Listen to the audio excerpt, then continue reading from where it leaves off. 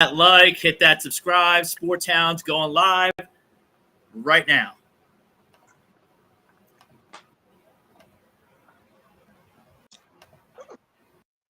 Oh my God! Oh my God! I'm embarrassed! He's flying! Welcome in. It's almost time.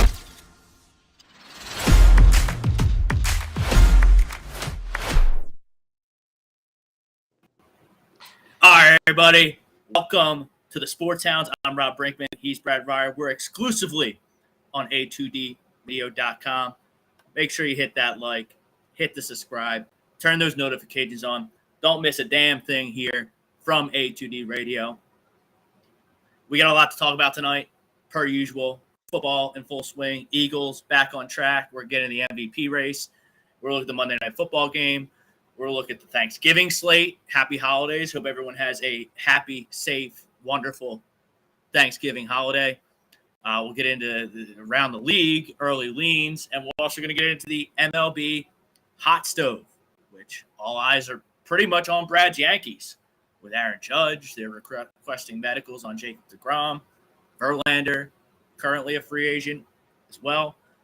But each and every Monday, we are brought to by Allen C. Travel, specializing in creating the vacation of your dreams. Follow the link on our social media. Tell them the Sports Hound sent you. They'll take care of you. Also brought to you by Alan Foy at eXp Realty.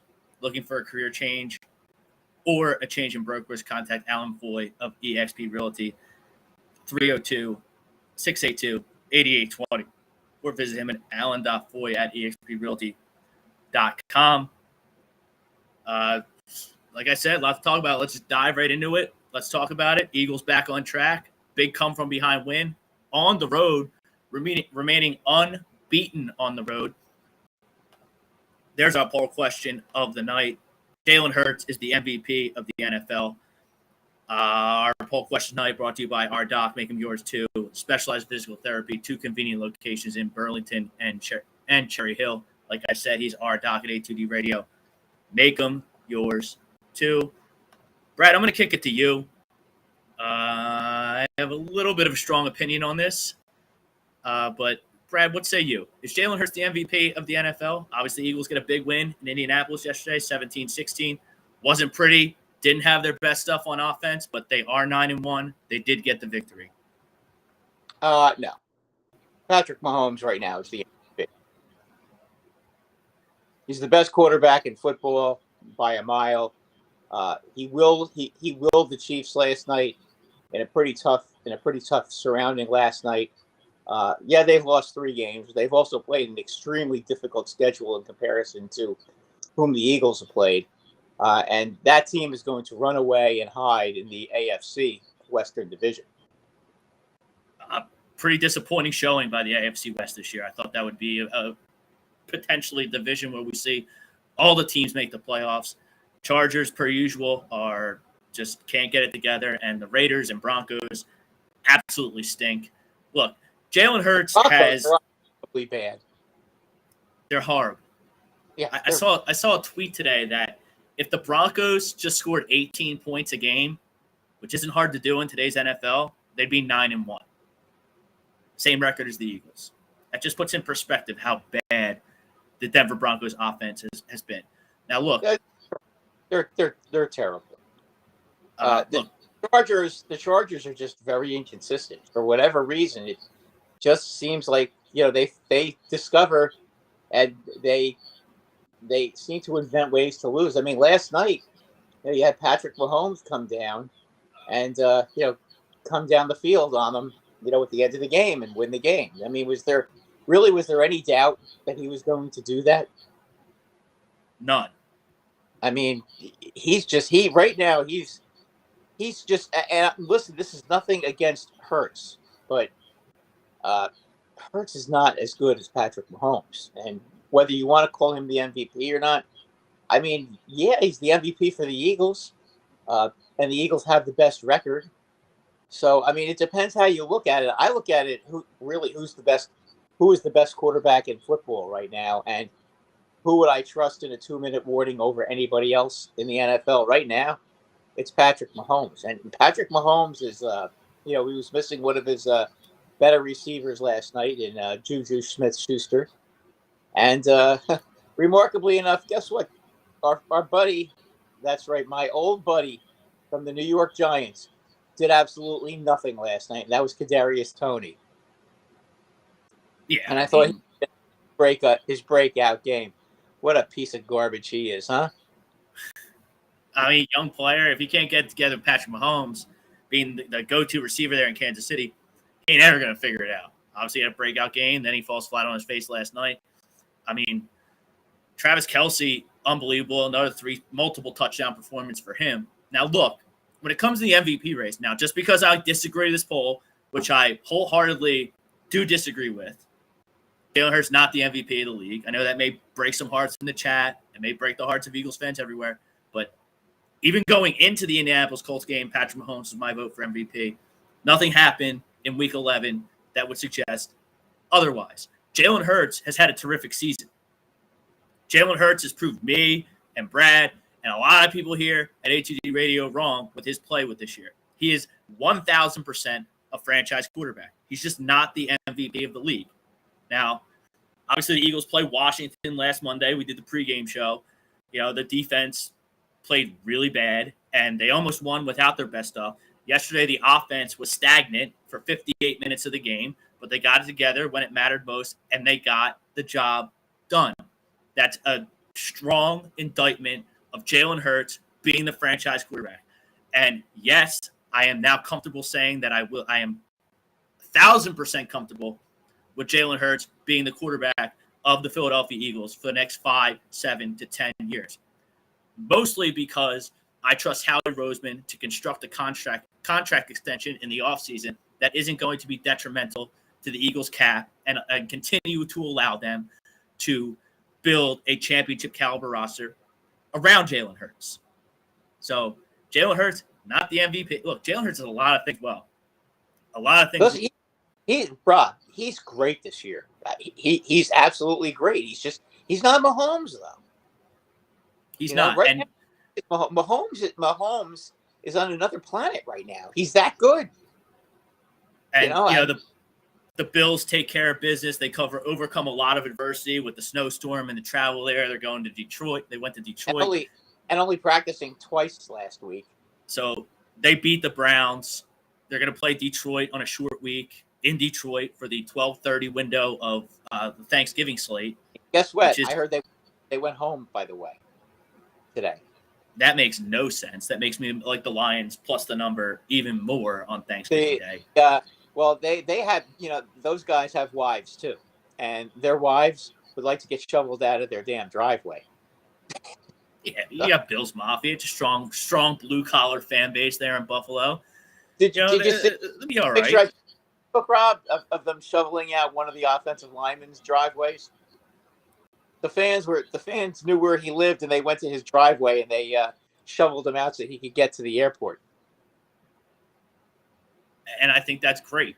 And speaking of the Buffalo Bills, Josh Allen is going to restake his claim in this MVP race here. So right now, I have Jalen Hurts ahead of Josh Allen in the MVP race. There's still a lot of football left to be played, obviously, but I fully expect Josh Allen to be right there in terms of MVP talk. And then you want to round out the top 5, Saquon Barkley, tough day, 15 carries for 22 yards yesterday against the Lions, who have struggled on defense all year. I would put him in my top 5. And then, the 5th spot, I had Kirk Cousins there a week ago. Obviously, I can't say that tonight. The Vikings get absolutely waxed at home by the Dallas Cowboys.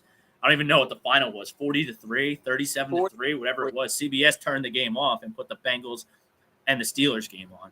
So that just shows you how bad that football game was when they take America's team off the America's Game of the Week on CBS in favor of a Bengals-Steelers matchup, which was entertaining, but that's far from a marquee matchup at this juncture of the year. So no, you're right about that. So the 5th MVP slot in my top 5, I don't really know who it is. So right now I would go Mahomes, Hurts, Allen. I'll still put Barkley in there. And 5, I'll go with another non-quarterback. I'll go with Derrick Henry. He has the same. He is. That's a very good one as well. You could even put Derrick Henry over Saquon Barkley after Saquon Barkley didn't play well, and the Giants lost yesterday to the Lions. But you could. Another guy who probably everybody's going to laugh when I mention his name, but that deserves a hell of a lot of recognition in the MVP race is Geno Smith. I mean, Geno Smith this year has been unbelievable. I mean, I don't know how many times you guys have gotten to watch him play, but he's just been fabulous. Yeah, and they're number 1 in the NFC West, and they're on track to host a playoff game. Seattle, that's a tough place to play. So he certainly got him pushes in that. Molly Mall on YouTube, no Tua, no Tyreek Hill. Maybe Tua should be in my top 5 over one of those running backs. He's been excellent, and all he does is win football games. But that's more of an indication about just how great Mahomes loses arguably the best receiver in the NFL, and doesn't miss a beat. Didn't matter. Conversely, you look at a guy like Aaron Rodgers, who lost one of the best receivers in the National Football League, and the Packers stink now, and all he does is sulk and complain. Right, and so the Raiders' struggles are certainly not Devontae Adams' fault. He has 10 receiving touchdowns on the season. So, no, you need weapons. You need weapons in this league, unless you're Patrick Mahomes, apparently. You need weapons. Jalen Hurts, I'm convinced Jalen Hurts made the jump because the Eagles traded for A.J. Brown. He's been an outstanding safety blanket for Jalen Hurts, and quarterbacks need that in this day and age. Allen has Diggs. Tua has Waddle and Tyreek Hill. Geno Smith, who you mentioned, not a bad mention. He has DK Metcalf and Tyler Lockett. DK Metcalf probably going to be a lot healthier for the home stretch after the Seattle Seahawks play in Germany, lose to Tampa Bay, then have a bye week. So we'll see how that shakes out for the Seattle Seahawks. Check out the stats on Geno Smith. I know you guys are probably thinking I'm crazy to mention him, but his numbers this year are tremendous, and it's really a credit to Coach Pete Carroll and his staff for what they've been able to do with that guy, because that guy never approached the level he's playing at this year. It's like finally after 10 years it clicked for him, right, Coach? Yeah, right, I also think it's an indictment of Russell Wilson, and that he might have been watched for a couple of years before Seattle even got rid of him. Because now they got a guy who's hungry to play, hungry to prove himself, and they're a good football team again. They had an outstanding draft, and they have they're back to playing Seattle Seahawk football, which is running the ball and playing good defense, which is how they were able to rack up a championship and a bunch of NFC championship game appearances, and had a lot of success when they had the Legion of Boom and Beast Mode, Marshawn Lynch, running the football for them. So they're back to Seattle Seahawks football. Smith runs the ball just like Wilson does. They haven't missed a beat there. Yeah, they haven't missed a beat there, and he's got a strong arm, that's for sure. And Pete Carroll is a little careful with him, but he's managed to get the best out of him, and the best has been pretty daggone good. Because I think everybody and their mother picked Seattle to come in last in that division this year. Big time. I thought they were going to be a front runner for one of the worst records in the league and have a super high draft pick. Yep, and I thought Pete Carroll would be fired, and that would be the end of the era in Seattle. But that's not happening. The players like Pete Carroll. He's a player's coach. Doesn't always work. Doesn't always work in the NFL. Andy Reid's a player's coach. Pete Carroll's a player's coach. It doesn't always fly. Bill Belichick, I wouldn't call him a player's coach. He might be the greatest coach of all time. Yeah, you look at some of the Sean McDermott. Is he a player's coach? Is Kevin O'Connell in Minnesota? Mike McCarthy in Dallas? No. Are they players' coaches? No. I would say no. Not that I study their locker room and am around them. Nick Sirianni, I would consider him a player's coach. Because he doesn't. Maybe players' coaches seem to get more respect. That sure seems like it. Well, the boys in the locker room go the extra mile for players' coaches. So even when things are bad, you still have the locker room. You're probably going to be okay. If you're not a player's coach, like say a Chip Kelly was, and you lose the locker room, you might as well just pack up and go home because you're done. I agree. Let's get to our comments. Our comments tonight are brought to you by Aria Public Adjusting. Do you have damage to your home or property? Contact Aria Public Adjusting, 813-564-3364. They're licensed in Florida and Pennsylvania, along with 13 other states, so they can absolutely help you out. Tell them A2D Radio sent you. Tell them the Sports Town sent you. They'll get you hooked up. Let's get to the chat here. Tom Arnone, he's in the house. Jalen Hurts is definitely top 3, top 5 at worst. Look, he's firmly number 2 right now with Josh Allen breathing down his neck because the Bills are going to be fine. They're going to be fine, and Josh Allen's going to play well, and they're going to win their football games, and they're probably going to win the AFC East. Well, do you really think lose home to the Jets or Miami? Because I don't. Miami, maybe. Because Miami not only has the flash of Tyreek Hill and Jalen Waddle and a winning quarterback who's doing all the right things in Tua. But is arm strong enough to deal with Buffalo in the winter? I don't know. I think if you look at all the teams that are in contention right now, I think home field advantage throughout the playoffs is most important to the Miami Dolphins. Oh, they are. Without a doubt, they have to have. But, there's not only sizzle to the Miami Dolphins, there's a lot of stake there as well because their offensive line's pretty good, and they have 2 great running backs and Jeff Wilson. That's the problem, to be honest with you. I don't know about that. Jeff Wilson and Mostert, they can run the ball, and they have a defense that can get after the quarterback. And if you're going to beat Patrick Mahomes or Josh Allen, you're going to have to put them in the turf a couple of times. Yeah, that's true. But they also gave up 40 points to the Jets. So as I said, I don't know about their defense. I'm just not sure about that. Well, who was the quarterback in that game? Was Joe Flacco the quarterback or was Zach Wilson the quarterback? Zach Wilson was the quarterback. Okay. We'll get into Zach Wilson and the Jets later, but that guy's a disaster. Yeah, we'll get into that later. Zach Wilson's he's a disaster. Greg Miller, he's checking us out on YouTube. He thinks Patrick Mahomes is MVP, so he agrees with both of us. And just because we don't think Jalen Hurts is the MVP of the league here on the Sports Hounds doesn't mean we think he's a bad player. No, he's a franchise quarterback. He's cemented himself as a franchise quarterback, and he deserves whatever contract extension Howie Roseman, the cap wizard, cooks up for him in the offseason. Because I think, importantly, it's a race, I think, between the Giants and the Eagles because the Eagles need to sign Jalen Hurts before the Giants sign Daniel Jones.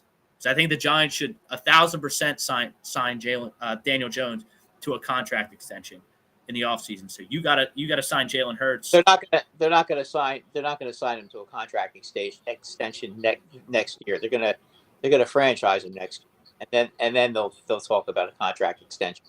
They want to get him some receivers and see what he looks like with receivers. But he looks good without receivers. So he does look good wouldn't one use deductive reasoning that if you get him a couple of receivers, and cap space isn't an issue? Would you rather pay Lamar Jackson $250 million or Daniel Jones $100 million? I threw it out there last week. My opinion hasn't changed. I would rather pay Daniel Jones $100 million. So I don't think Lamar Jackson's worth $250 million. Doesn't mean I think Lamar Jackson's bad. He's an incredible athlete, but is he a good quarterback? It's more to being a quarterback than being athletic. He's a very good quarterback. I don't think that there's any question about that. Again, I think the Ravens pay more attention to their trenches than they do their wide receivers. I think that's something that they've been doing for a long time. And it works for them. So I guess it's okay. But Brad, these receivers coming out of college, like you can sign a rookie and it can change the game. Oh, oh, yeah, no, I know they can. I know it can. Speaking of that, where do you think Beckham lands? Because that's going to be interesting. Well, I He's think got I mean Dallas. I want Howie Roseman like he did with Ndamukong Suh and Linval Joseph with the injury of Goddard to sign Odell Beckham Jr. He's not going there. He's either going to the Giants or Dallas. I know that, but Yeah. I am begging and pleading with Howie Roseman, go scorched earth, full heel turn, sign Odell Beckham Jr. because Goddard's out for 3 more games at least, and we saw what the Eagles' offense looked like without Dallas Goddard yesterday for 58 minutes. Really, all 60 minutes, the offense wasn't up to par, right? So you sign Odell Beckham Jr., you trot out Devontae Smith, Odell Beckham Jr., and A.J. Brown, and you're just going all in by signing Odell Beckham. So I am begging and pleading with Howie Roseman, kick the tires on Odell Beckham Jr. Kick the tire. Try. I know he wants to be in New York or Dallas and be with a winner, but if you want to be with a winner, Eagles are 9-1. They're not going anywhere with or without Odell Beckham Jr. I would also sign Melvin Gordon, who got released today by the Denver Broncos. Obviously, he had some fumbling issues, and guys get cut midseason for a reason. But if you're telling me Odell Beckham Jr. and Melvin Gordon don't make this offense more of a Super Bowl contender, more of a threat to win the NFC and possibly win a championship, I think you're out of your mind. Is Melvin Gordon better than Boston Scott and Kenneth Gainwell? My answer is yes. Is Odell Beckham Jr. better than Zach Pascal and Quez Watkins? My answer is yes. You signed Linval Joseph and Ndamukong Suh. By the way, those guys played terrific yesterday and really plugged up after the first drive, really plugged up the middle, and Jonathan Taylor didn't do much after the opening drive. You already showed that you're going all in, so why not sign 2 guys to your offense that can help you win? Leave no doubt that you're going to win the NFC. Right? So, why not? And on top of that, you keep Odell Beckham Jr. out of New York and out of Dallas, which I think might be your 2 biggest threats to winning the NFC, certainly the NFC East. So if I'm Howie Roseman, I'm going scorched earth, full heel turn, dropping the hammer, bringing in Odell Beckham, and right after I sign Odell Beckham, pending he clears waivers, come on in Melvin Gordon. It's really low risk, and it's very high reward, Brad. But realistically speaking, I think Odell Beckham Jr. is going to sit down with his family at 4:30 and watch the Giants and Dallas game, and whoever wins that game, that's who's going to win the Odell Beckham sweepstakes. So we got the Odell Beckham Bowl, Well, then that's in my opinion, on Thanksgiving afternoon. Cowboy, which would be unfortunate. I mean, we'll see. Look, as far as if he wants to win a championship, he's probably better off going to Dallas. But he also has to understand that if he goes to Dallas, he's not going to be the man. CeeDee Lamb is the man. And they got Schultz, and they've got Gallup, and they've got a lot of other guys who catch the ball down there. And Pollard is really, and you always liked him. I know that. He's really become quite the factor as well. So, I think I don't know if I've said it on the air, but I've said it to multiple people off the air that I think the Eagles and the Cowboys are on a collision course for not only Christmas Eve, but a potential NFC championship match. Hopefully at the Link in late January to go to the Super Bowl. And that'll be good that'll be entertaining as hell for everyone involved. Not just Eagles fans and Cowboys fans, but the entire NFL. You won't like it because you hate both teams because you're a Giants fan, but Brad, you can't deny the intrigue that potential NFC championship matchup would bring. I think right now they're the 2 best teams in the NFC. I mean, I think that it's not even a question anymore. I mean, I think that's just factual information. And anybody who doesn't think that is just, as much as I can't stand either team, I mean, you can't deny it. If you're watching football, these are the 2 best teams in the NFC right now, without a doubt. I mean, it's not even close. I mean, look, can the 49ers on their best day give either one of these teams trouble? They sure can. Can Tampa Bay get themselves together and compete with these teams? Maybe. But right now, as far as the way they've been playing, when both teams are on top of their game, these are the two best teams in the league in the NFC. This is a very interesting Monday night game coming up tonight in Estado de Azteca down in Mexico City. Because, with all due respect to the 49ers, I think there's something missing there. And I think it's in their secondary. So, I mean, we'll see how it shakes out. Niners, obviously, they're playoff tested. They have a great coach. And they win a lot of football games, especially when the weather gets cold. But I don't know. Something seems to be missing there in San Francisco this season. So I would put them third behind Dallas and Philadelphia. That's why they went out and got McCaffrey, and it doesn't help their secondary. I think that's where they needed help, and they didn't really address it.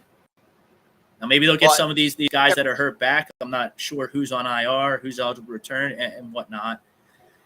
But I think that there's something missing out there in San Francisco. I do think San Francisco is better than Minnesota. Oh, absolutely. If they played right now, if they play in the playoffs, all things being the same, I think that there's no question who'd win the game. I mean, San Francisco is a better team right now. And then just getting back to the Odell Beckham thing, obviously a tough loss. You lost the game, and the Giants obviously might have lost their best receiver, Wan'Dale Robinson, who was really not Mike. They absolutely lost their best receiver. He was really coming along. I mean, that's just very unfortunate for the Giants because he really was playing well. Giants lost a lot yesterday. They also, another guy they lost was Adoree Jackson. I think that's really going to come back to bite him because first of all, he shouldn't have been returning punts. They ruined what would have been a great player in Jason Sehorn by letting him return punts. I mean, doesn't the franchise learn that you don't do that? You put your best corner out there to return punts. That just doesn't make sense. No, and look, we can do that all day long, but it's got to be the Eagles have a punt returner right now in Britton Covey, who has absolutely zero chance of making a play once he catches the football. But he's going to catch the football and not make a mistake. So do you want to go that route, or do you want to put someone who's electric back there and try and hurt the other team? The Patriots won a game on a punt return yesterday. Yes, they did. They did. Getting back to the comments, Mike Marshall, Jalen Hurts is a top 2 MVP candidate. I mean, I wholeheartedly agree. He's just not number 1 right now on my power rankings. Patrick Mahomes is. Jalen Hurts is number 2 with Josh Allen hot on his heels. Then you have the go down another tier, and you got the Derrick Henry, Saquon Barkley's, Geno Smiths of the world there. Hurts is having a better year than Mahomes. I agree with that, but there's still a lot of football left, and I think Josh Allen is going to be just fine. Just fine. Greg Miller on YouTube. See if I can get it up here. Oh, we lost Brad. Oh, there he is. I don't know what happened. That's all right. We got you back. No harm, no foul. Greg Miller, he can't believe the Vikings played that bad. Horrible. Look, the Vikings, they still won in Buffalo. Let's be real about it. I mean, how many times did Josh Allen fumble that snap on the goal line? Bad snap, exchange, whatever you want to call it, and then he throws 2 late picks, which turnovers have been a problem for him. But I think Buffalo, you look at a team like Buffalo, I think that they hit their midseason skid, and now greener pastures are ahead for both Josh Allen's MVP candidacy and the Buffalo Bills as a whole. So Vikings were due for a letdown. They lay an absolute egg at home in a big-time matchup with the Dallas Cowboys. And now we have what we have. We have basically the Vikings lost twice now to the 2 best teams in the NFC. Further illustrating what I'm talking about is that right now these are the two best teams in the NFC. I mean, I don't think there's any question anymore. Greg Miller also touting Pete Carroll, which we did earlier in the show. If the Seahawks can avoid a December collapse, which I think they're set up to do, I mean, you have Dable, you have, I guess, Sirianni you can put in there, and Pete Carroll for, that's your finalist for Coach of the Year. And Salah.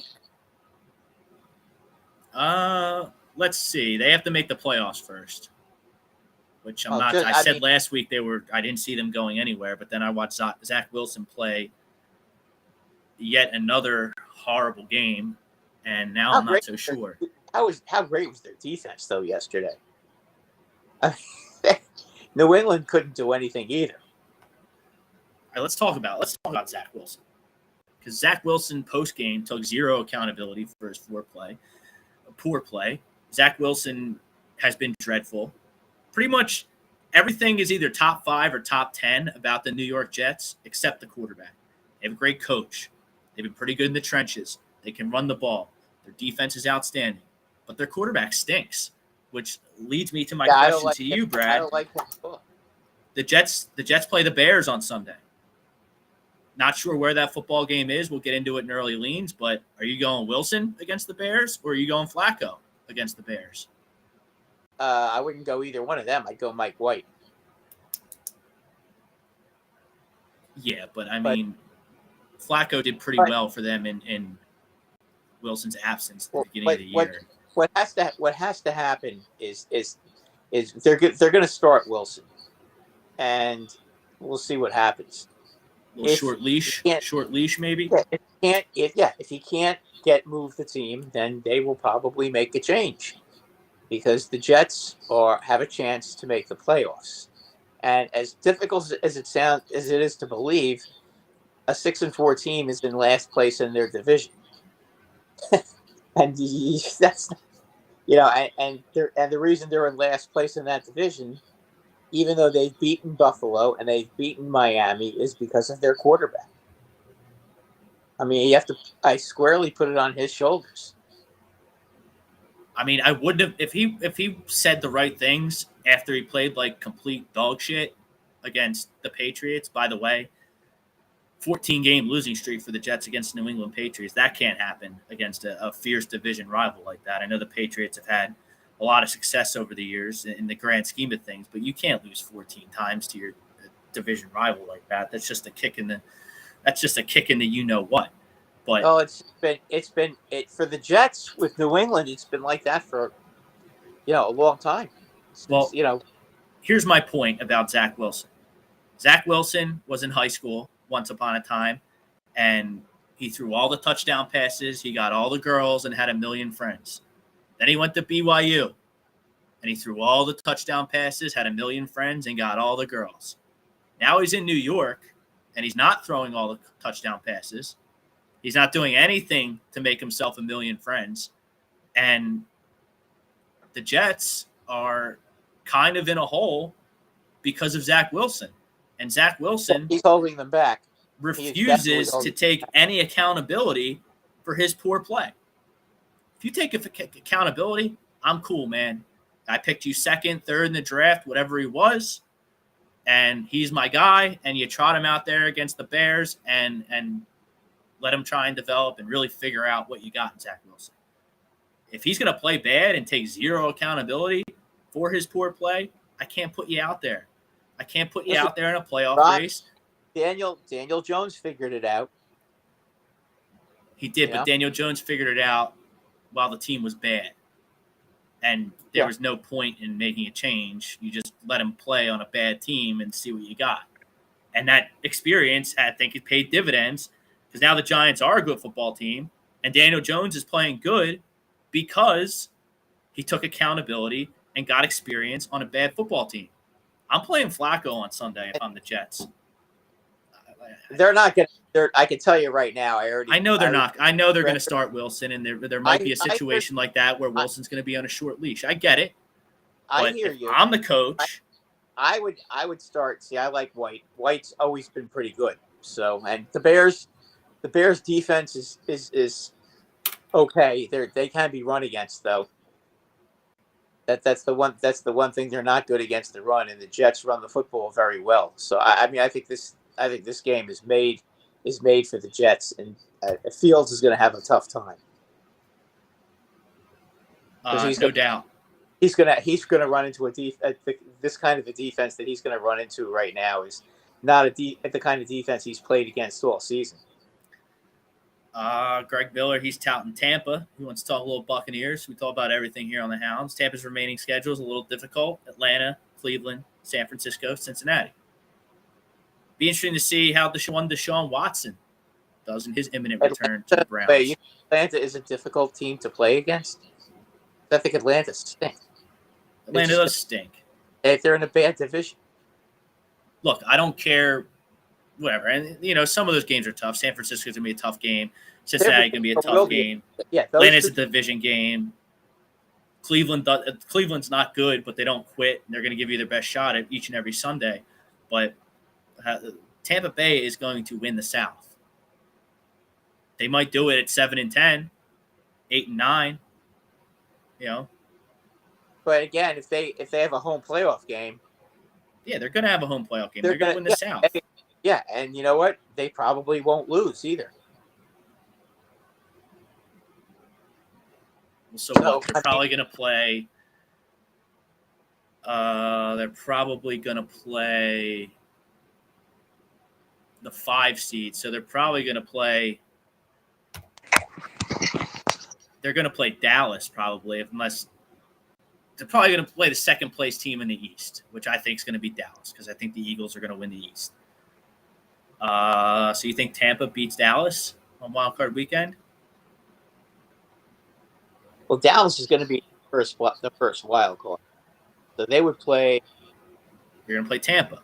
So, yeah, they would play. It's going to be 2-7, 3-6, 4-5. 4-5. You're right. They play Tampa. Dallas got their brains beaten by Tampa early in the season, so it happened. Tampa did go into Dallas and beat them. Sometimes football is about matchups. It's not necessarily, it's not as cut and dry as a lot of people think it is. There are certain teams that match up better against other teams than that's a cut and dry. But it's not cut and dry. Yeah, I'm interested to see with Tampa if that rookie Rashard White is going to be able to give them balance, because I know their line isn't what it was in years past, but Leonard Fournette has failed to give them balance on offense. He hasn't run the ball very well this year. And Rashard White went out in Germany, and he had a very good football game. So is Rashard White going to be able to provide Tampa Bay Buccaneers balance down the stretch? If he can, that's a whole – Tampa might go to the Super Bowl. Who knows? I'll never count out Tom Brady. But they're going to need balance because they got the defense in Tampa. They're just still trying to figure it out on offense. Pete Evans, check him out on Birds of a Feather right here on A2D Radio. He disagrees with the poll. Definitely Mahomes. Look, if it wasn't Mahomes before they played the the San Diego Chargers on Sunday Night Football, it certainly is now, because he pulls another one out of the fire. He's got Travis Kelce, and he's just so good. He's just so good. He finds ways to win. I mean, he can do it with his legs. He's got a great arm. He's incredibly accurate. And he finds ways to get a pass away even under the heaviest of duress. I mean, the guy is just incredible. Thomas Arnone, only one arm built for Buffalo, and that's Allen's cannon. Can't disagree with there. Josh Allen probably has the strongest arm in the entire league. Build him a dome. Can we build Josh Allen a dome, please? If Buffalo builds a new stadium and it's not a dome, someone's got to lose their job. It's they shouldn't have to be traveling to Detroit to play a football game in November because it snows however much it's Yeah, but if they 8 feet there in Buffalo, something ridiculous. Like, yeah, but Rob, even if they had a dome, they wouldn't have been able to play. I mean, maybe not. I hear that, but Yeah, because how are you going to There's no fans are going to be there. that's fine. You can play in an empty stadium. I know, but those fans pay a lot of money for tickets. Well, you give them a credit for their playoff tickets, or you give them a game next year. There's so many ways to rectify that, Brad. Yeah, no, there is. But listen, as far as them building a dome, if they build another stadium, maybe I think they kind of like their stadium the way it is, though. I do think they have a very distinct home field advantage in the playoffs, just because it's when the wind is really bad up there, most quarterbacks go up there. I mean, look at Lamar Jackson last. What was it last year, or was it the year before when he went up there in the I think that was 2 years. I think that was 2 years ago. Because Baltimore didn't make the playoffs last year. Yeah, it was 2 years ago. He couldn't throw in that wind. Josh Allen could. That's probably, that's just another whole advantage Allen has in that stadium, is that he can deal with that wind.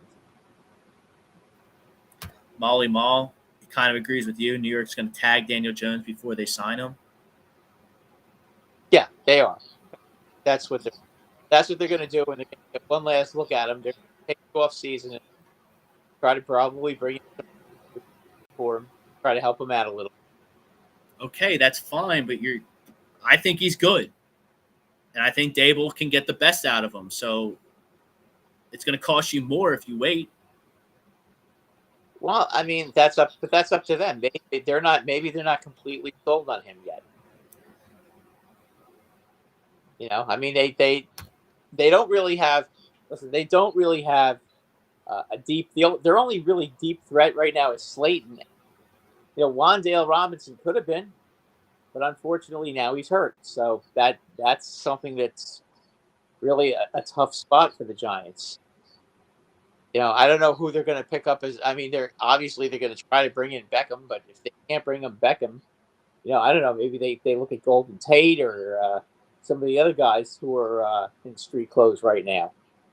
Try to help them out. They need somebody. They need a body.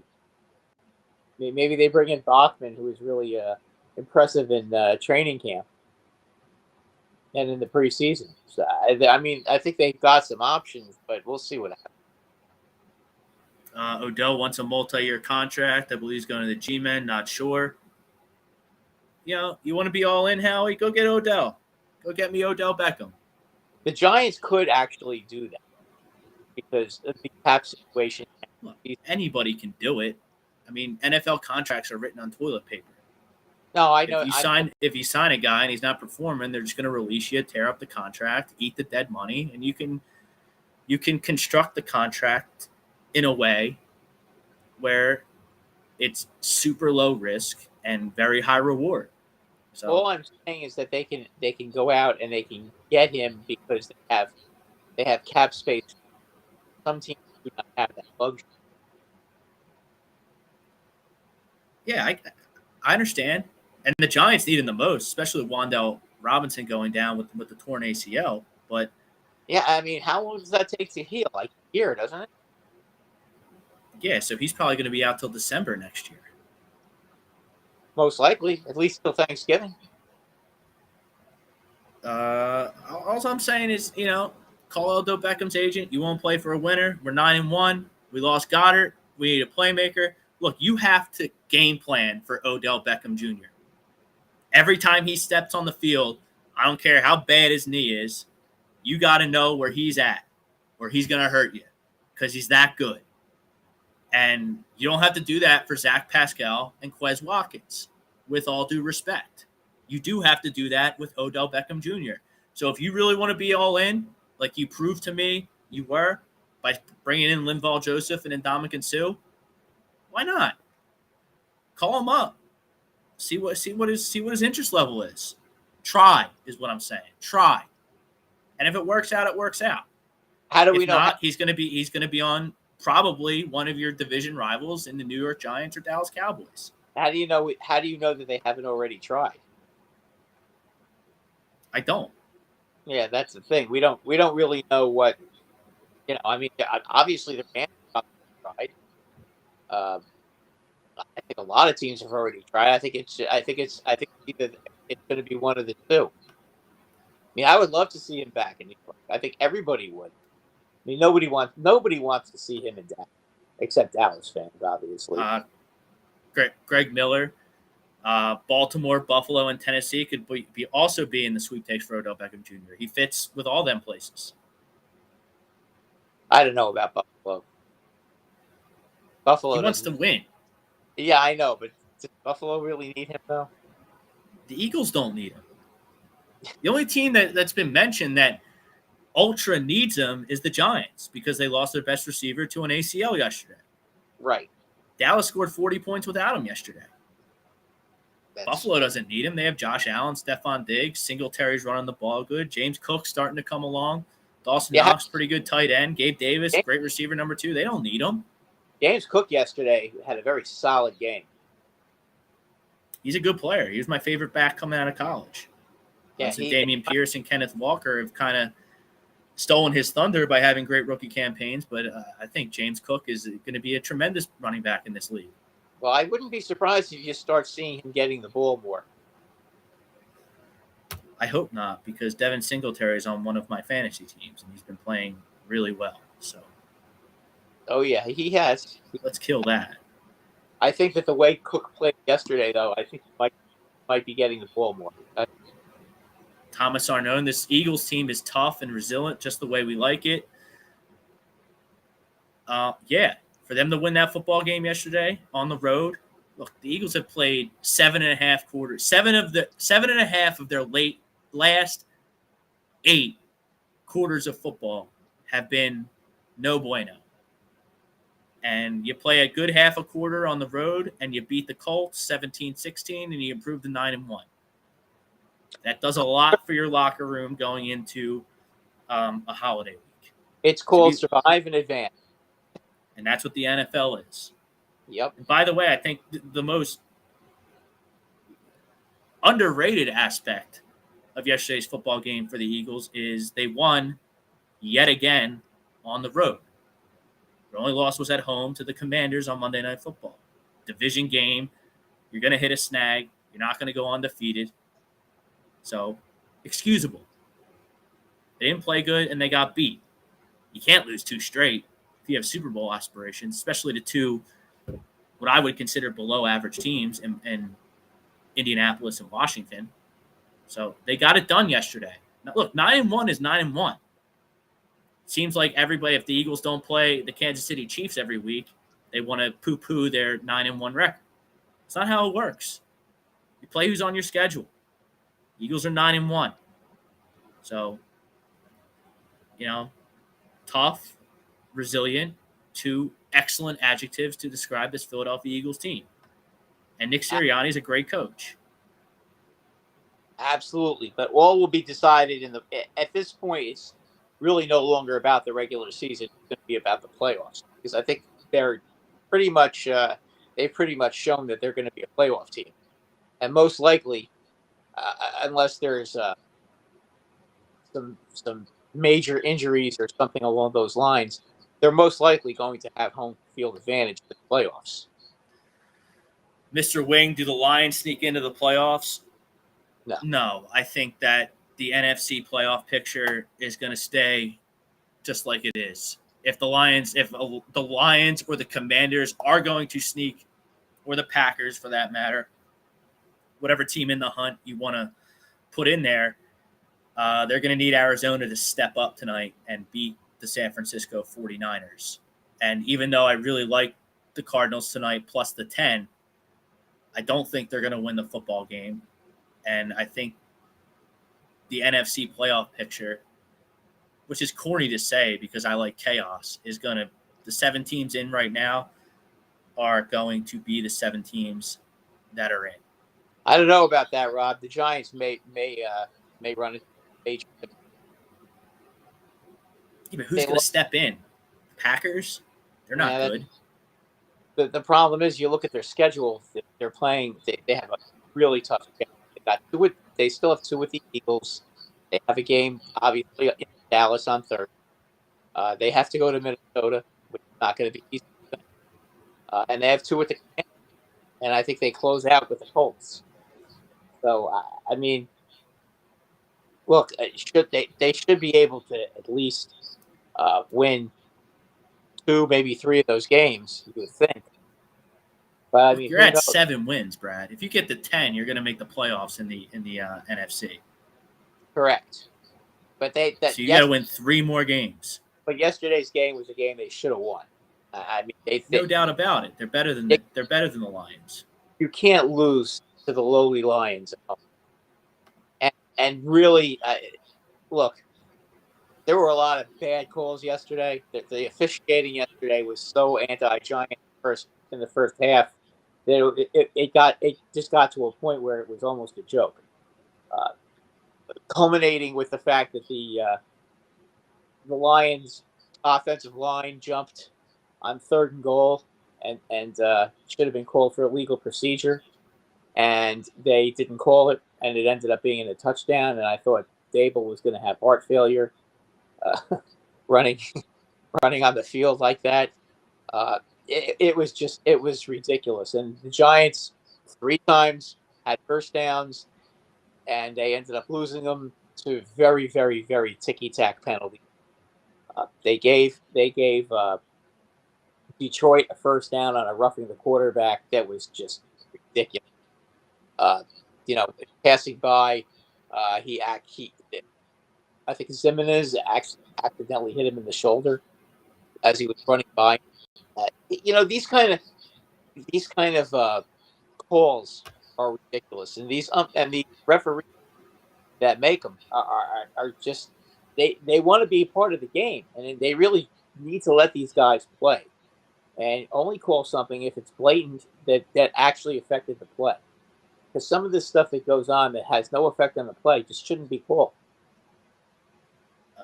Don 19 from Detroit sounds like excuses. The Lions were way more physical than the Giants yesterday. Yeah, especially when you jumped offside on the 3-yard line and the referee called it. That was very physical. But that's Mr. okay. Mr. Wing checks in. Is Detroit drafting a QB? Probably not. I don't know. Kind of my bold take, I guess, and obviously the offseason's long ways away, is I think Lamar Jackson's going to be the quarterback in Detroit, and the Ravens are going to try and figure something else out. They have Tyler Huntley, and, I don't know. I don't think he's worth $250 million, Lamar Jackson. I just don't. If he's not able to control the game with his legs and be explosive with his legs, he seems to struggle. I mean, they 13-3, 13 points against the Panthers. That's not $250 million performance. So I don't know. I think Lamar Jackson finds a home in Detroit, gets his mega deal, and the Ravens do what the Ravens do, move on, find someone else, and win football games. So I don't know. I think he's gonna. If he goes anywhere, I'll probably go to the Jets. But I think that I don't think he's gonna leave Baltimore. I think they'll figure out a way to get him to stay. I'd be very surprised. Yeah, and the Lions, Don. Saquon had 22 yards against the Lions. Lions have been dreadful on defense the entire season, but they bottled up Saquon yesterday. Except against Bay. But that's what you got to do to beat the Giants. You got to hold Saquon in check, make Jones beat you, and he wasn't able to do that. Jones wasn't able to do that yesterday. Absolutely, but you can't also account for all those penalty calls. The Lions commit penalties too, and they weren't calling everything. And it was the first half was this poorly officiated half of football that I've seen all year. It was ridiculous. I mean, they ruin the game when they do that. The Matt Wallace, Lamar needs better personnel around him. Like, really? their personnel is only going to get worse if they pay him $250 million, which it sounds like that's what he wants. Whether you're up for date, I think he's $250 million player. But we'll see what the Ravens decide to do. Their weapons, the Ravens or the Chiefs. Because Mahomes is a $250 million player. You know, Jackson has Andrews. He's making a lot more than $250 million, though. Whatever he's making. Like 400. The benchmark for Lamar is the Kyler Murray, Russell Wilson, and Deshaun Watson contracts, not the Patrick Mahomes and Josh Allen. He signed a mega deal, didn't he, Josh Allen? Yeah, he's already. He had to have. Yeah, he's extended already. So, who has better weapons, the Chiefs or Ravens? Seems like a wash to me. Tight ends cancel each other out, and I think the Chiefs have better weapons, to be honest. Bateman's hurt, and he's been hurt, so that hurts. But how do you like the Rutgers boy in Kansas City running the football? Is that Pacheco? Is that where he went? He went to Rutgers, Rob. He looks like a very promising player. He's clearly stolen the job from Clyde Edwards-Helaire, who just can't get anything going. Former first-round pick. Looks like he's the guy there. It's amazing how they always, as bad as a team as they are, they always get guys in the NFL, though. They're battle-tested from the Big Ten, which is why if I were an NFL GM, it would be Big Ten, SEC, Clemson, Notre Dame. It'd be very, very hard for me to pick someone as an NFL GM that didn't fit that criteria. But wasn't Hurts with Oklahoma? He played at Alabama as well. Obviously, there's exceptions to every rule. But he played more in Oklahoma. He went to Alabama, then he to Oklahoma. Right. Josh Allen went to Wyoming. Yeah, Wyoming. Right? So, there's exceptions to every rule. Well, Phil Simms went to Morehead State, so I mean, you're right. Mr. Wayne Andrews was hurt. He played yesterday. I think he had 10 targets, 6 catches. Just didn't get in the end zone. So, and then on 19, the Rams are trash. They are trash. Matthew Stafford, he's got the concussion bug. Got his second concussion yesterday in as many weeks. And, the Lions are sitting pretty. Lions are sitting pretty from that Stafford trade. Just like the Eagles are sitting kind of pretty with Saints pick. So what's the Saints record now? What are they, 3 wins, 4 wins? Yeah, so they're outside the top 10. I mean, realistically speaking, the Saints are going to win some games. I mean, that pick's probably going to be somewhere between 10 and 17, something like that. Yeah, they'll probably go like 6-11. So they'll probably get around pick, which is a hell of a good. All right, Brad, let's do early leans. Then we'll talk some MLB Hot Stove. First, let's preview the Monday night game here, kicking off in just a few minutes. Our Monday night preview brought to you by our newest sponsor, Baguio's Breads from Mount Laurel, the best breads and sandwiches, 10% off your order if you even mention A2B Radio. Incredible value there from our good friends at Baguio Breads and Bakery, right there in Mount Laurel, home of the best breads and sandwiches. So, little neutral site game here. Arizona, without Kyler Murray, Niners. Obviously, they got Christian McCaffrey. They have Kittle. They have Deebo Samuel. Jimmy G wins a lot of football games. They have a good defense. They have a good coach. Brad, the spread tonight, a whopping 10 points. Went up 2 points when news broke that Kyler Murray was going to miss his second straight game. Brad, I'm taking the 10 here. I'm taking the 10 here big time. I think there's something missing here in San Francisco. And I think it's their secondary. And if it is their secondary, you got the Arizona Cardinals coming in. They have 2 pretty good receivers in Rondale Moore and DeAndre Hopkins. So if Colt McCoy... They can score, but I just don't see. Yes, San Francisco has not been really scoring a lot of points. That I think is a good enough reason to me to take the Cardinals in the 10. If the Cardinals score, listen, if the Cardinals score 20 points, are the 49ers going to score 30? I don't know. I don't If the Niners are built like that. Right. So it's a really good bet to take the point. And Sweepsy, I get it. Kelsey's one of the best tight ends of all time, but Kelsey's in his 30s. Andrews is in his 20s. So there's a lot of room for Andrews to grow. And Andrews is a big young stud down there in Baltimore.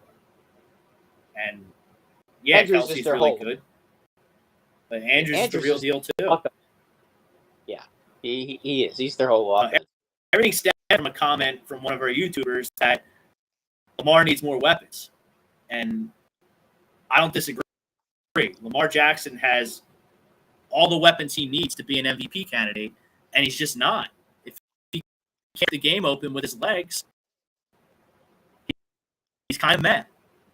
And a 13-3 win over the Carolina Panthers, a stinky Carolina Panthers team, that's not $250 million stuff right there, at least in my opinion, at least on the Brinkman metric. So that's where the comments about Andrews and Kelsey being a wash stem from.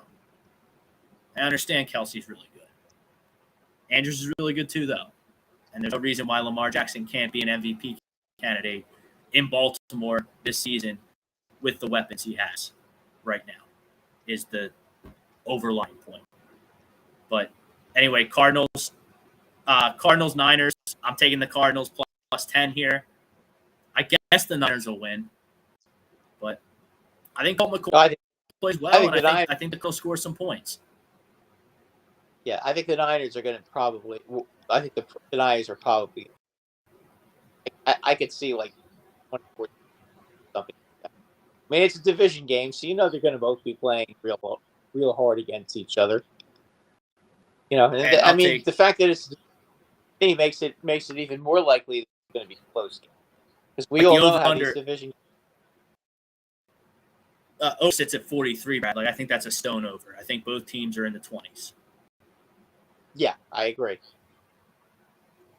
All right, let's do early leans. A little Thursday action, a little Thanksgiving action, spilling over right into the weekend of a full Sunday slate, and of course a Monday night game. Early leans brought to you by Gleason's Bar in Levittown, PA. Promo code A2D, 10% off. Dine in, take out, online. Doesn't matter. That's our sponsor. Leans. We got Thursday action, Brad. 12:30. Yet again, Detroit getting 9 points at home. I love it. I love it. 9 points. Detroit playing better, Brad. You can't deny that. No, that 9 points is 9. So Buffalo's got to win by 10 in a row, but by 10 on the road. I think Detroit will give them. I think Detroit's going to fight, but Buffalo will win. But they're not going to. They may not cover that spread. Yeah, I think the only thing is Josh Allen now 2 weeks in a row in Detroit indoors is going to be real tough. That's not going to be easy for Detroit to deal with. And even if Detroit shuts the running game, Buffalo is going to throw the ball all over the field against that. So I like the 9 there with Detroit. 4:30 game, Thanksgiving. The G-Men, your G-Men, travel to Big D. Giants getting 9. I love that too. No, I think the Giants are going to get slaughtered. Listen, you're never as good or as bad as your last game. And these next 2 games we're about to talk about fit the bill perfectly. Cowboys coming off a big road win in Minnesota, 40-3. They're going to come home. There's nowhere to go but down for Dallas. Is Dallas going to win? Maybe, maybe not. But this is going to be a tough, knockdown, drag them out, NFC East game at 4:30 on Thanksgiving Day, and I'll take 9 points all day long.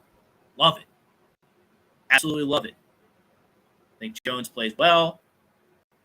I'd like to see what the Giants' first half number would be. I guess I can do that right now, but that might be the play. What scares me, Rob, is that if they don't have Jackson in the lineup, who's going to cover CD? You know, I believe they're missing both of their corners because both of them got hurt on Sunday. I just don't see how they're going to be able to stop Dallas's aerial attack. I just don't. I think the Giants are in big trouble for this game. Yeah, and everyone's going to be all Dallased up because they smoked the Vikings, who are a good team. But I think dogs bark in the first two games on Thursday. I really do. I'll take both big numbers.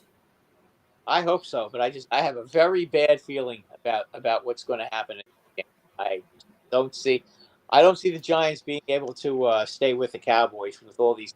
I mean, that's asking an awful lot. And we got the nightcap on Turkey Day. The New England Patriots travel to the Minnesota Vikings, and I love this game too. I don't think New England's very good. I know they're 6-4, but the offense is archaic. They don't have many playmakers. Ramondre Stevenson's okay.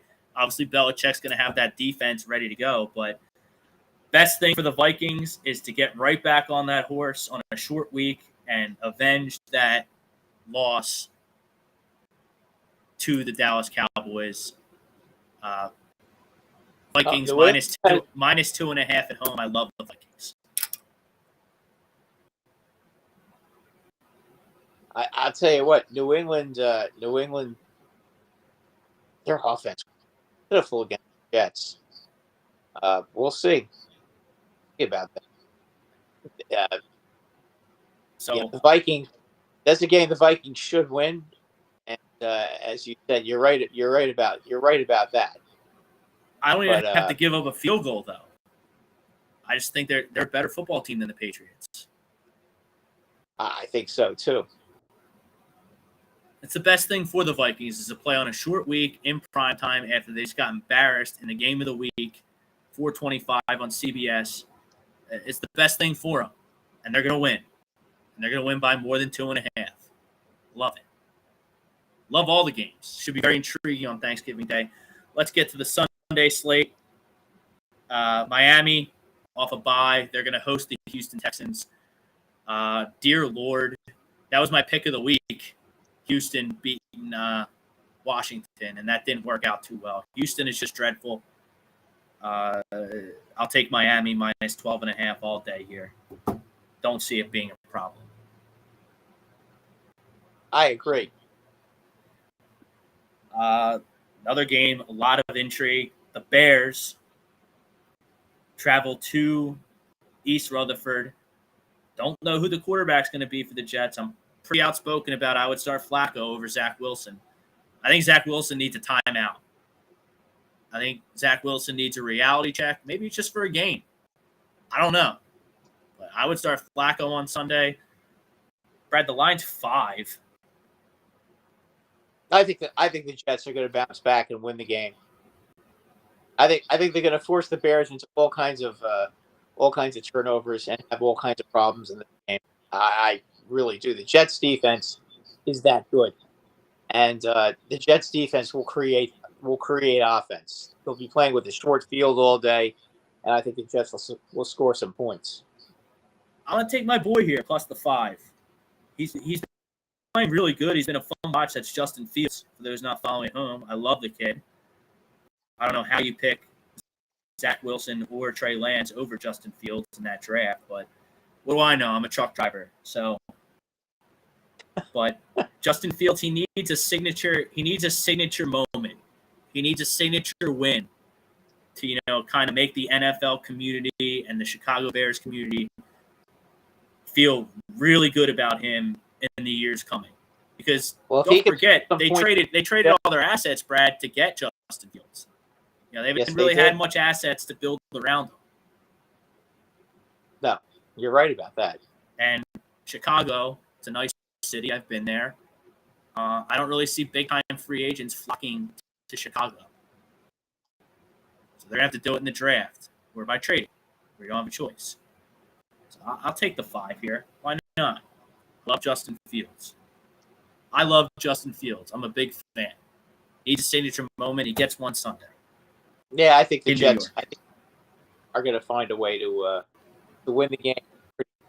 I think Getting he's not. 5. I don't think he's had to deal with the kind of pressure in this game. Just ask the way. God, the Jets defense was all over them.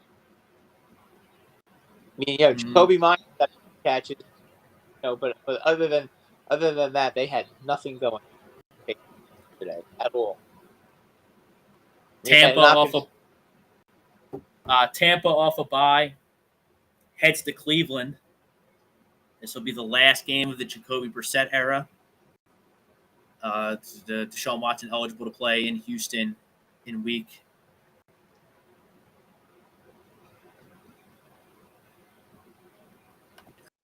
Jumping 12. out.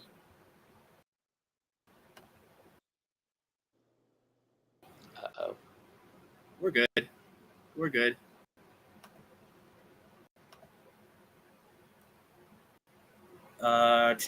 Where was I? Yeah, I mean, sorry about the audio to everyone out there. I don't know what's going on. We're working through it, trying to give you guys the best show possible. But Tampa off the bye is traveling to Cleveland. Tampa -3 on the road. Browns a home dog. I don't know. I guess Tampa, right? I kind of like Tampa game. I think Tampa Bay is gonna have a solid second half. And then they're going to be a threat in the NFC. And Tom Brady's going to be right there knocking on the door to go to his 11th Super Bowl, which is incredible. He's 100,000 yards passing in the NFL in his career. 100,000. Yeah, he's what is he? 30,000 yards ahead of the closest. Yeah, which is Drew Brees. Yeah, I mean he's like the Wayne Gretzky of football. He's ahead of everybody by so much. It's almost ridiculous. Ravens head to Jacksonville. Jacksonville, 4-point home dog. I think the Ravens are just too much. Yeah, I think the Ravens. I can see the Ravens winning a touchdown. I mean, they're going to have Jacksonville's just going to have trouble scoring. Whether the Ravens put a lot of points on the board or not, they're going to have trouble. Jacksonville's going to have trouble scoring against the Ravens. Here's a fun one. Premier game in the AFC. Cincinnati Bengals travel to Tennessee. Tennessee, a home dog. An 8-3 home dog. I love Tennessee in this matchup. I just think Tennessee is too physical for Cincinnati. And don't forget, Cincinnati beat them last year to knock them out of the playoffs. I think they get their revenge here in this game. And this game has been circled on their calendars all season. So I think they get their revenge this weekend. And I love Cincinnati in the football game. This is about the time last year that Joe Burrow got hot, and then we looked up and Cincinnati was in the Super Bowl. I think they're right on track to do that again. Not saying they're going to get there or even win a playoff game. I don't know in the AFC. The AFC is loaded, but I think Cincinnati gets it done. Definitely keep your eye on the Joe Mixon injury. He left the game with a concussion. Not that Samaje Perine's a bad back. He's a good back, but he's not Joe Mixon. So, No. I'll bet on Joe Burrow over Ryan Tannehill. I don't care where the game is played. Getting back to the Giants, Zach Wilson needs a timeout. He does need a timeout. I don't know how old he is, 23, 24, maybe even younger than that, but he acted like he was 8 in the press conference yesterday. Seemed to be wasn't interested in taking any accountability for his poor play, which is a huge, huge, huge, huge problem when you're trying to lead grown men as a franchise quarterback. So, yeah, I think he does need a timeout. Moving along here, and we're going to get to the MLB Hot Stove right after this. Atlanta visiting Washington. The Commanders are on fire. Heineke's he's got that it factor. He always has, Rob. And you look at his first game against Tampa Bay in the playoffs a few years ago, the game he put up, I mean, that was something else. He seems to have, as you said, he has that it factor. He seems to have all the intangibles necessary to win. You know, it's a lot like the Jimmy G. Yeah, whatever he does, he seems to be able to do the right thing to win. And, you know, I think if there's a team that's going to crack that top 7 in the NFC, obviously they're going to need some help, preferably from the Arizona Cardinals here tonight on Monday Night Football. I think it is Washington. Chase Young looks like he's going to be back off the ACL. He hasn't played yet this year. Heineke's way better than Carson Wentz. And they can run the football. They can run the football. So if there's a team in the NFC that's out right now that could get in, I think it's the Commanders. And I think they keep it rolling. I'll gladly lay the 4 against an Atlanta team that I just don't think is very good. Denver, Carolina, who cares? I don't care. 2 bad football teams. Don't bet on bad football teams. Learned that with the Broncos yesterday. Don't do it. It's not a good idea. No, you can't count on him. Seattle hosts the Raiders off a bye. 3.5-point line in favor of Seattle. I love the Seahawks here. How could you not? The Raiders stink. Seattle has a good defense. They're at home. I think Seattle takes care of business and keeps that train rolling.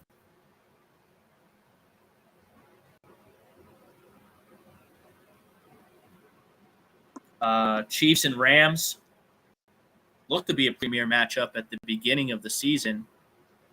Not a premier matchup anymore. Chiefs are favored by 14.5, Brad. Wow. In Arrowhead. Yeah, they'll probably cover too. I can't imagine Matthew Stafford's going to play in this football game. Yeah, I wouldn't bet the game. I don't. I probably won't either, but if you held a gun to my head, I'll take 14.5. Yeah, I wouldn't. I wouldn't. I think Kansas City can beat them by more than that, fortunately. So. Sunday night, Green Bay coming to Philly. Eagles are favored by 7. Are the Eagles going to break out of this offensive funk, this funk they've been in for the last 2 games? And I think the Eagles win by 10.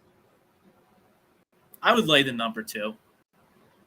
I just don't think Green Bay's just not good. No, they're just and if the Eagles played run defense like they did yesterday against Jonathan Taylor, held them under 100 yards, despite everyone saying that, you know, they stink and can't stop the run. They stepped up. They held one of the best running backs in the league under 100 yards. And they're going to have to do that again. 2 good backs coming in with A.J. Dillon and Aaron Jones. I think they get it done. 7's a lot, but I'll lay it reluctantly for the purposes of the exercise. Then we got another stinker here next Monday night. The Colts host the Steelers. I don't know. I'll take 2.5 with the Steelers. I think they're a better football team slightly than the Colts. Yeah, well, especially with Jay back. That'll. All right, hey, Rob, I will be right back. I need to get something for my phone. So, 1 minute, guys. I'll be right back. All right, let's talk about the MLB Hot Stove. Brad will get it together here. MLB Hot Stove Talk tonight brought to you by Biss, between 10th and 11th Street and the Boardwalk Crowd, sponsor of the Ramp Booth each and every Sunday here on A2D Video. 20% off to all of our subscribers, $9.99 a month. You get special perks, weekly sports picks, and more. Follow the link on our social media. Become an A2D member today. When Brad gets back, we are going to look everything. It's all about the Yanks, the way it usually is. Nothing's going to happen with Trey Turner or Xander Bogaerts or any of these guys until Aaron Judge signs his mega deal. Who that's going to be with, I don't know. I think the Yankees would be foolish to let him go, but it sounds like the Giants really want him. There's probably a lot of teams out there that really want him. There's probably only a few that can afford him, but it's going to be a long off season. I would like to see some activity soon here from Dave Dombrowski and the Phillies, but there's going to be time, and nothing's going to happen until that shoe drops with Aaron Judge. Be interesting to see where Verlander goes and DeGrom goes. Let's see if we got Brad back. We got you back, Brad? I'm back. All right, so what's the deal with the Yankees and Aaron Judge? Well, it sounds like they've offered him 8 years and $340 million. That's what it sounds like. They have that offer already. So we'll see what ends up happening. I'm hearing the Dodgers now are looking to get in since they let Bellinger go. So we'll see about that. If they come in, obviously that creates a whole new situation. I'd be really surprised if Judge went there because Judge grew up a Giant fan. I would think if he wanted to switch teams, he'd want to go to the Giants. I'd have a very hard time believing he'd really want to go to Los Angeles. But Los Angeles just freed up probably around $100 million. So we'll see where that leads. Yankees also requested medicals on Jacob deGrom. Yeah, and they're also looking at Verlander as well. I'd be real careful about deGrom.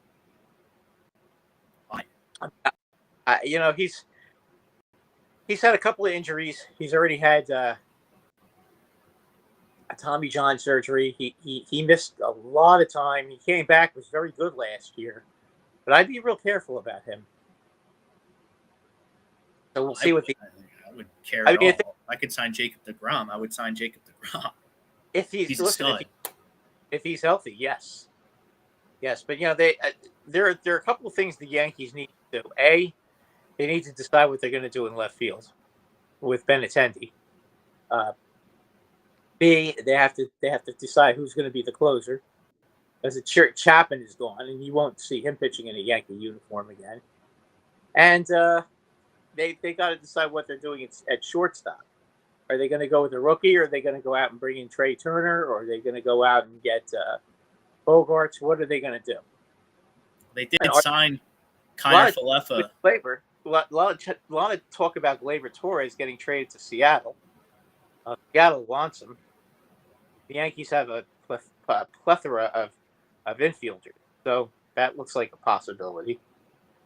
But there's a lot of stuff there's a lot of moving parts right now. The one good thing they did do is they've already signed Rizzo, so that's over with and done, and that's a very good move. And now that they've eliminated the shift, that's really going to help his batting average out. Rizzo, good player, good defense, good offense. Great defensive player too. I mean, that's the one thing that he gives you that some of these slugging first basemen don't give you is a really good glove. That does make a difference for the infielders.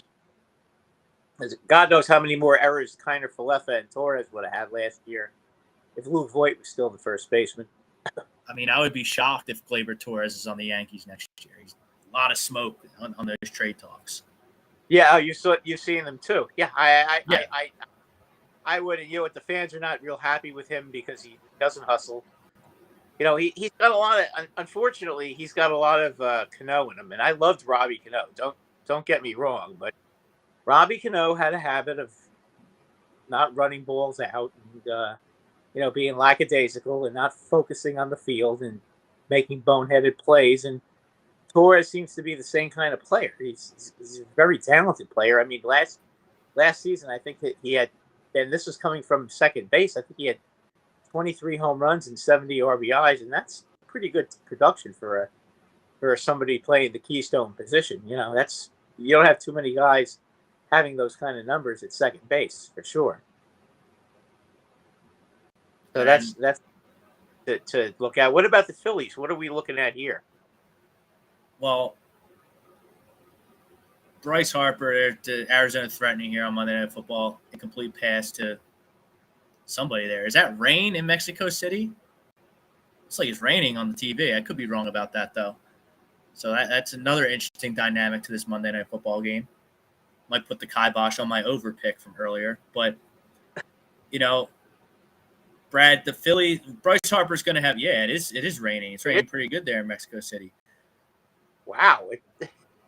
Bryce Harper's having surgery on his elbow on Wednesday. And from what they're telling us, the doctors don't know if this is going to be a full-blown Tommy John job, which would probably keep him out till late July, early August, which is obviously not good. Well, is 9 months. That's Gleyber Torres had Tommy John surgery when he was a rookie. And the Yankees couldn't bring him up until the following season because he had Tommy John. And he got the surgery, I think, in June, and he was able to make it in time for spring training. And they said it was 9 months before his arm was healthy enough to play. But Bryce can DH, and Ohtani, I think, missed 6 months before he was able to hit again after his Tommy John surgery. So obviously Bryce Harper's not a pitcher, nor was Gleyber Torres. So he could probably DH. DH. Yeah, he could probably DH. But obviously what everyone in Philadelphia is hoping for is that he doesn't need the full-blown Tommy John surgery. He's just getting it cleaned up or whatever the doctor is going to do, and he's out till maybe misses a month and a half of the season. That's greatly impacts their. I would, if I was a betting man, as far as that's concerned, I don't see him missing more than a month. I would say May 1st would probably be my best bet, my best guess that he'll be.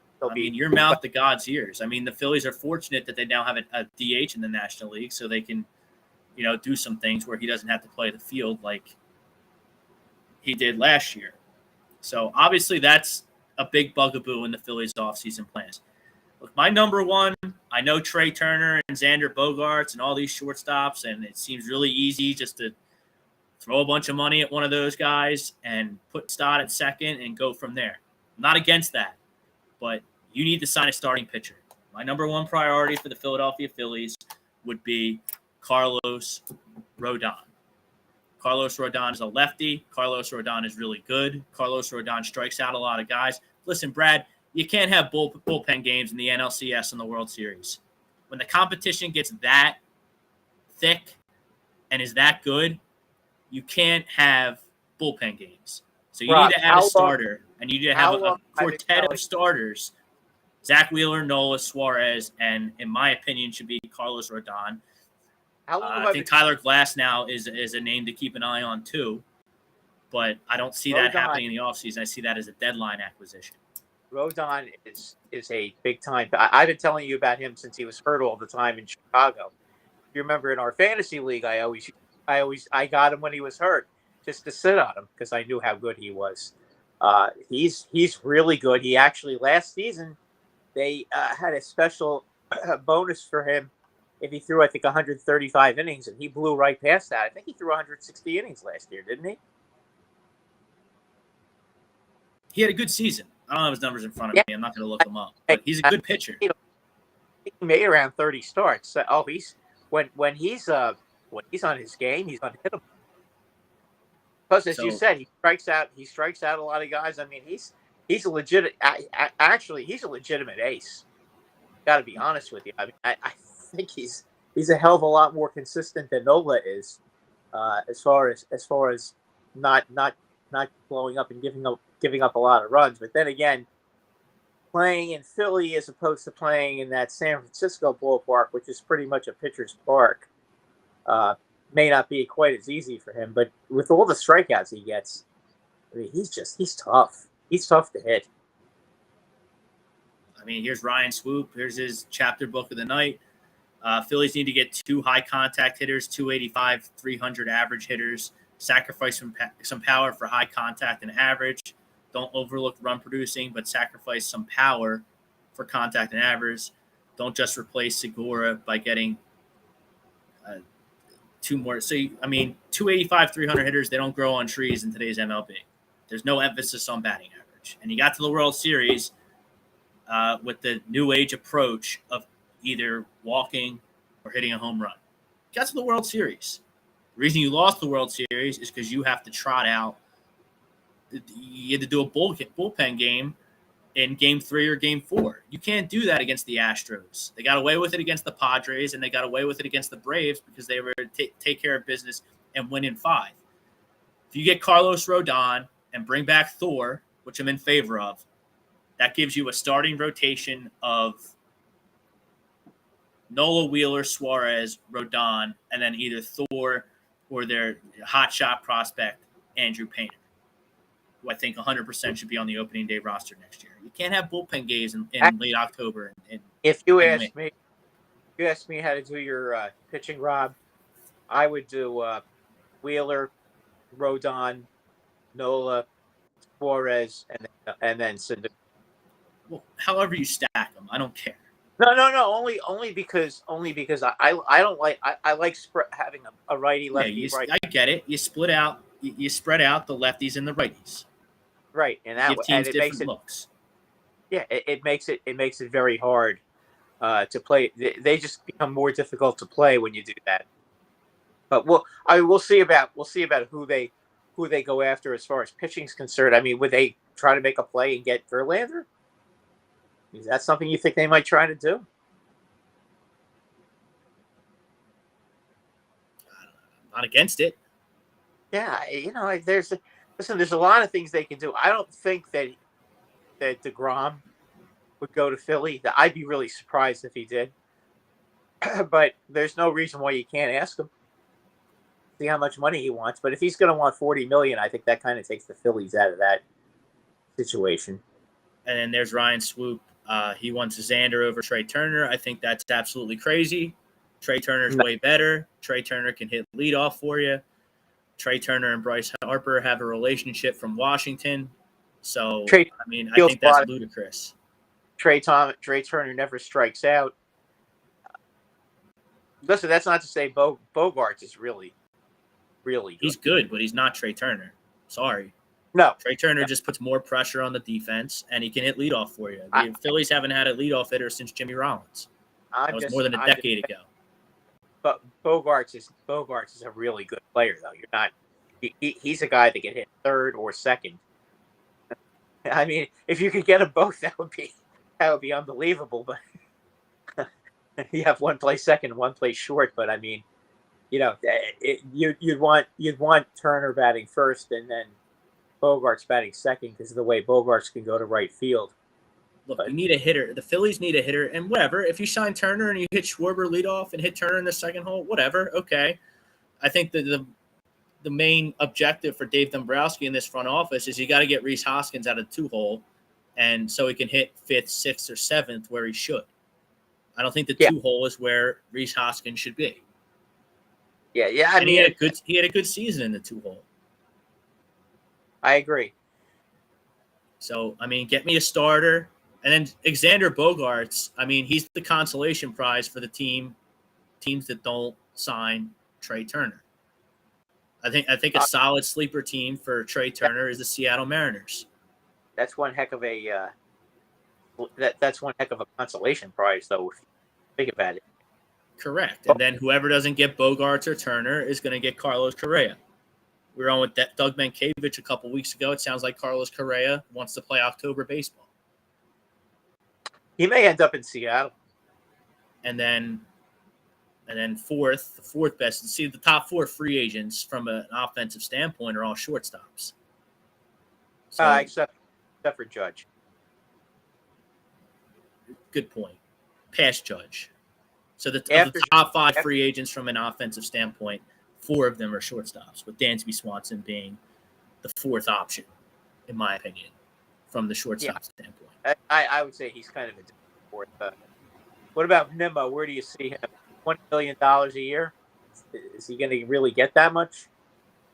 I mean, I know he had a great year, and he is a leadoff hitter for sure. I'll tell you what, I think the Mets are going to regret giving Diaz that $100 million and not Nimmo.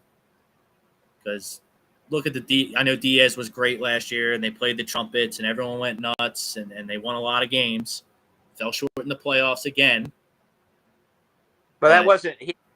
You're paying him. You're paying a closer $20 million a year. If he has anything less than what he did last year, the New York Post and all the Mets fans and all of New York are going to be freaking out, saying that was a bad contract, and it is a bad contract. It is. You're paying for the best closer in baseball for the next 5 years. If he's anything less than that, it's a failure. He's not going to live up to his contract. There's no wiggle room. Brandon Nimmo plays a great center field. He sets the table at leadoff, and someone is probably going to give him $100 million. Yeah, I'm just wondering where do you think he ends up? Could he possibly end up in St. Louis? Be a great fit. He's a St. Louis type of player.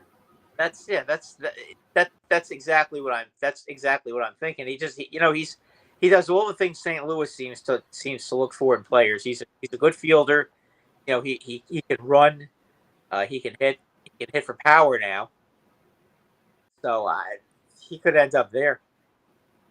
Or the Yankees could try to steal him away. But the Yankees are going to have to spend $40 million a year on Judge. Now I've heard Hal say that he has $80 million he can spend this off season. So if 40 of it goes to Judge, then obviously then that kind of limits what they got to do, because they got some already went to Rizzo too. Yeah. Well, they're counting after Rizzo. He has Rizzo, 80. okay. Yeah, because the Yankees actually had lost $100 million of payroll in the offseason. They had a lot of guys that are gone now. So, and a lot of guys who were useless pieces of crap are gone. Guys like Zach Britton, who was making $16 million last year, Chapman making $17 million, who was not good last year. I mean, they really a lot. They're letting Tyone walk, and I heard the Mets are now looking at Tyone. I'm wondering if the Phillies should consider him over Syndergaard. Now I'm out on Tyone. Huh? I'm out. I think he's better. I think he's better than Syndergaard, but I think he's going to want a lot more money for it, though. Look, I mean, if the Phillies went out and spent $100 million on Brandon Nimmo, a lot of people will freak out because he's not Trey Turner or Carlos Rodon or the biggest name out there, but that would make the Phillies better. He is a pure center fielder, though. I mean, I like Brandon Marsh. I do. He was a great addition at the trade deadline, and he helped the Phillies get to the World Series. But he's Nimmo's not better. He's not Nimmo. Nimmo's a much better player than he is. Nimmo can hit. So, would you rather sign Brandon Nimmo and Xander Bogaerts or Trey Turner? I would rather sign Nimmo and Bogaerts. I Nimmo would. And Carrera. Depends on the money. But it depends. Free agents get overpaid, Brad, in every sport. If you hit the open market. I'm wondering how much. I'm wondering how much of a money difference do you think Trey Turner is going to be from Bogaerts? I mean, I've heard Trey Turner. They're predicting on MLB trade rumors or MLB rumors. They're saying they're projecting $36 million for Trey Turner. Okay, I haven't read or heard a projection for Bogaerts, but if he's getting 36, you would think that probably Bogaerts would be 28 to 32. So the $36 million is $1 million more than Francisco Lindor's AAV. Right. Precisely. Is Turner better than Lindor? I don't know about that. Oh boy, That's a tough one. No, I think Turner comes in around the 30 mark, and the shortstops just work down from there. Yeah, but that doesn't matter because Lindor was a free agent 2 years ago, and everything's going to keep going up. So for his ego, he's going to want $1 million more. I guess that's. I mean, Rob, I don't do the projections they do. I'm just, I do my homework and I try to, give you guys here on the Sports Hounds as accurate a picture as I can, and that was what they were predicting. So I'm just looking at it like, okay, if he's 36, then what would that make Bogarts? 32, between 28 and 32, somewhere in that, probably in the Arenado range, right? And then Carrera, probably in the 20 range. Korea, yeah, probably. I'd say he like 20, 22, 23. I'm hearing Toronto. Who's Toronto? Who's Toronto trying to get? Toronto wants Nemo too. They're looking at him as well. They just traded Teoscar Hernandez, which I'm not really. Yeah, that was puzzling. He's an all-star. Yeah, I'm not really understanding that at all. As a Yankee fan, I'm more than happy to see Oscar go somewhere, anywhere, other than the Blue Jays, because he beat us up pretty good the last. So not unhappy at all. I don't think there'll be much daylight between Turner and Xander. Probably not. They're both really, really good, both in the prime of their career. Yes. I just think Turner's just the best fit in Philly because he can hit leadoff. Hell, I'll put Turner in center field. Yeah. I have to. Turner, Turner can also play. Turner can play more than one position. He's one of those new age players that can literally play almost any position on the field, and thrive, and that does mean something. Ryan Swoophander isn't great, but is okay at defense. He's an all-around great hitter, though. You want to talk about his defense? You see him play all the time against your Yankees. Who, Bogarts? Yeah. Bogarts is a terrific shortstop. Oh, he's unbelievable. He doesn't watch the American League. Not as much as I do. Xander Bogarts catches everything. He's so good, it's ridiculous defensively. The only question I have about Xander Bogarts is, for whatever reason, his home runs were down last year. But his average is he's a lifetime 300 hitter, so I don't see how you can go wrong with either one of those guys. As far as I'm concerned, the only thing Bogarts doesn't do that Turner does do is steal. That's all right. No one steals in today's MLB. Phillies, I think, were top 5 in stolen bases last year, and they don't really have didn't have a blazing speed guy in their lineup. And nickel and dimed it. Everyone had 10. Realmuto had 10. Harper had 15. Schwarber had a couple. Well, Marsh that was stole some Rob bases. Thompson. Rob Thompson, when he was with the Yankees, Brody had everybody running at some point. It didn't matter who. He'd run Stanton if Stanton to get a jump just to surprise the other team. Everybody was going to be at some point trying to steal.